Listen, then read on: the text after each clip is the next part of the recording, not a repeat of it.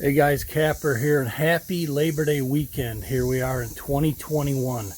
I started kind of a new tradition a couple years back. On long weekends and holiday weekends, I'll break out some of the old hard drives and dig through some old footage, pictures and videos. And today I got some gems for you. We're going to go back to about 2011, 2012, and I'm going to do our first farm vlog. Kind of show you where we were at that point in our lives. A lot of fun stuff to look back on. I had my very first tractor back then, which was a John Deere, and we'll take a look at that. And just wanted to wish happy Labor Day weekend to all of you guys out there, no matter where you are at. So let's have some fun and look back in the past. And don't forget, if you dream big and pursue your dreams as much as you can. So let's have some fun. Thanks. Okay, so I'm pretty sure this was my very first attempt ever at a watering hole. I had hired guys before this to dig watering holes, excavators, but this was my first try, my very first tractor. I think it was a 37 horse, and this is the only footage I have of it, is one little clip. I know it turned out successful, it held water, but maybe I'll find some of those pictures in the future, but just watch just for your fun. Look at this. I guess I have kind of come a long way, huh?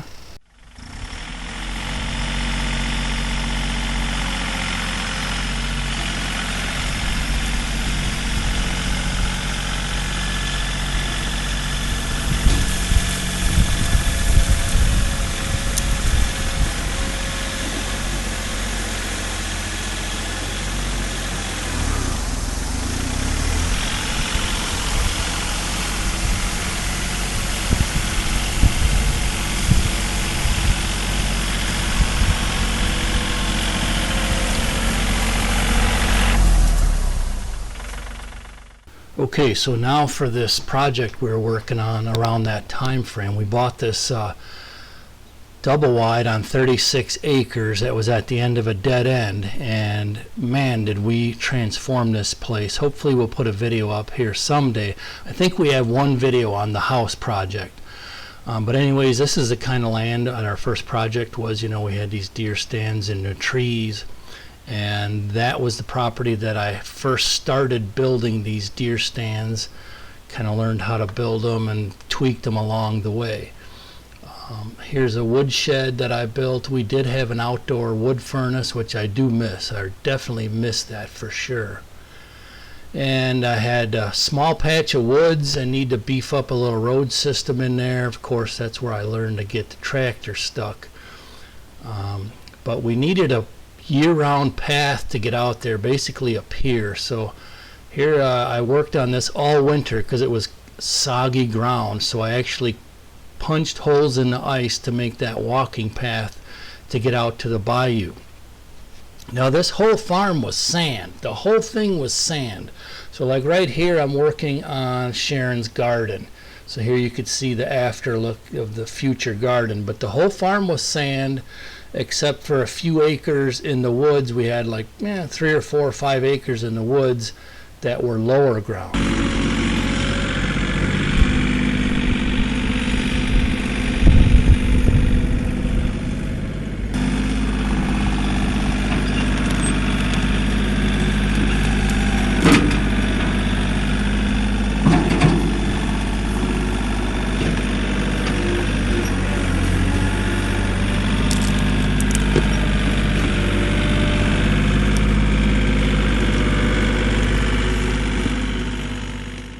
So this was also when I was learning about tractors and implements. So did a lot of homework, a lot of research. Back then is when I started the YouTube channel, because actually when I was trying to research this tractor, there was very few crummy YouTube videos at the time. Keep in mind this is about a decade ago. So that's when I kind of started filming stuff. But anyways, I started getting into tractors and learning how to use them, and I started getting into some side gigs for food plotting. So here I had to haul all good dirt from the low woods and line this entire sand field, which I'm going to make future food plots, which you're going to see here in a minute. But this was our very first pond. I had an excavator dig that, and you could see the nice black dirt in there. that's where I got a lot of the dirt to spread around the farm, both on the food plots in the open field and in the front lawn here. So you could see we put a bunch of new trees in here. And yes, this was Prim's first or second year on the farm, so she's getting up there in age, but yeah, she liked my tractor seat even back then. Going to put up some new deer towers way back in the woods.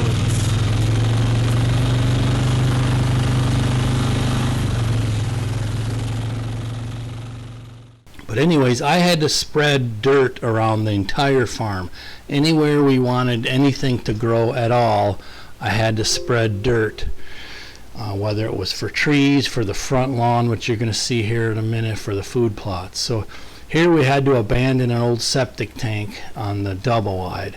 So I called the DNR, found out what we had to do, and I put the boys to work. We had to basically collapse it, crush it in, crush the concrete in, and then put sand in it to abandon this old septic tank.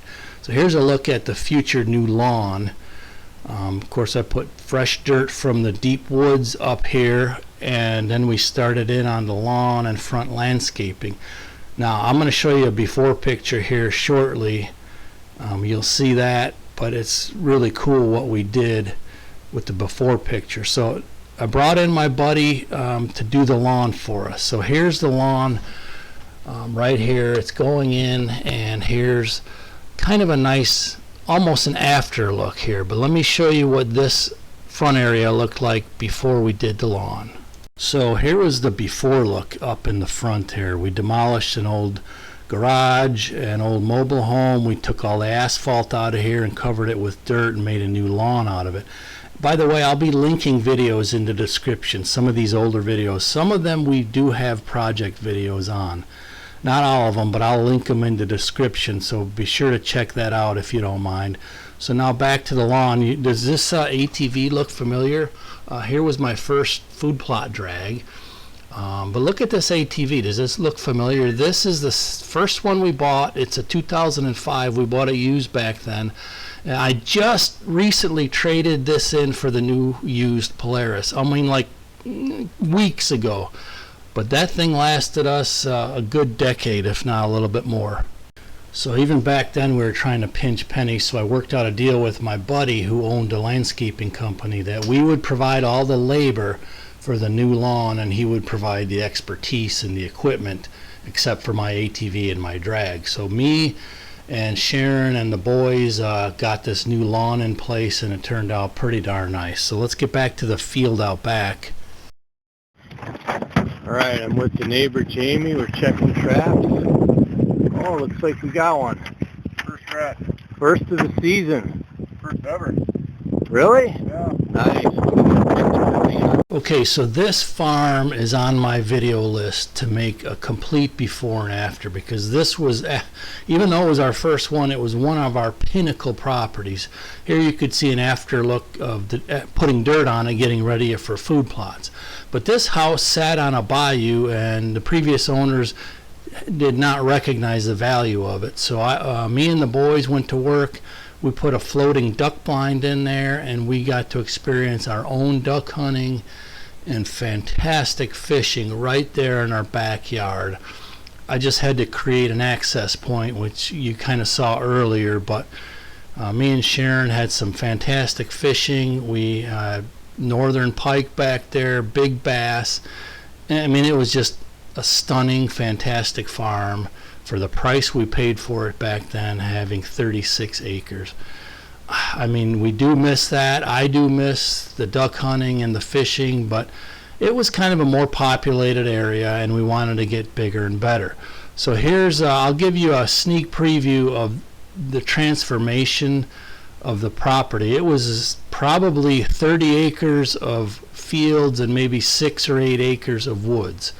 But I was able to transform it all, and let me tell you, our boys had some experiences. My youngest son killed, I think, 2 beautiful bucks just on this 30-acre parcel. That's also where I started building deer towers and learning how to make them and tweaking them and making them better and so forth. Also on this farm and during this time frame, we did a rehab on one of the garages. We were able to salvage that.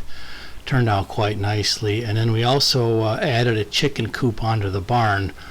This was our first adventure. We always wanted chickens, and Sharon got the nickname the Chicken Whisperer.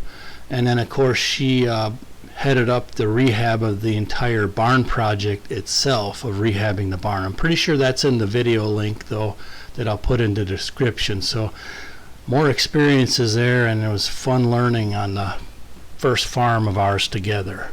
So I wanted to do a bunch more, but I'm going to wind this down now since it's a holiday weekend. If you want to see more of our history, leave us a note in the comments and let us know. But the last thing I wanted to cover was my affinity and my love for spading trees. I met a guy back there who had a tree spade, and this farm was all out in the open like I mentioned, but look at some of these beautiful tree rows that we spade in, and then the smaller trees we planted by hand.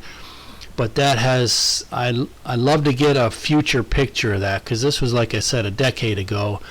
But the trees blocked this whole back field in, and I'm sure it was a beautiful success. Even around this deer tower, I spade 3 big mature Norwegian and another kind of spruce tree. So you guys have a great weekend. Thanks for joining us. Again, let us know if you like this kind of history or not, and we'll see you on the next go around, God willing. Take care. Thanks.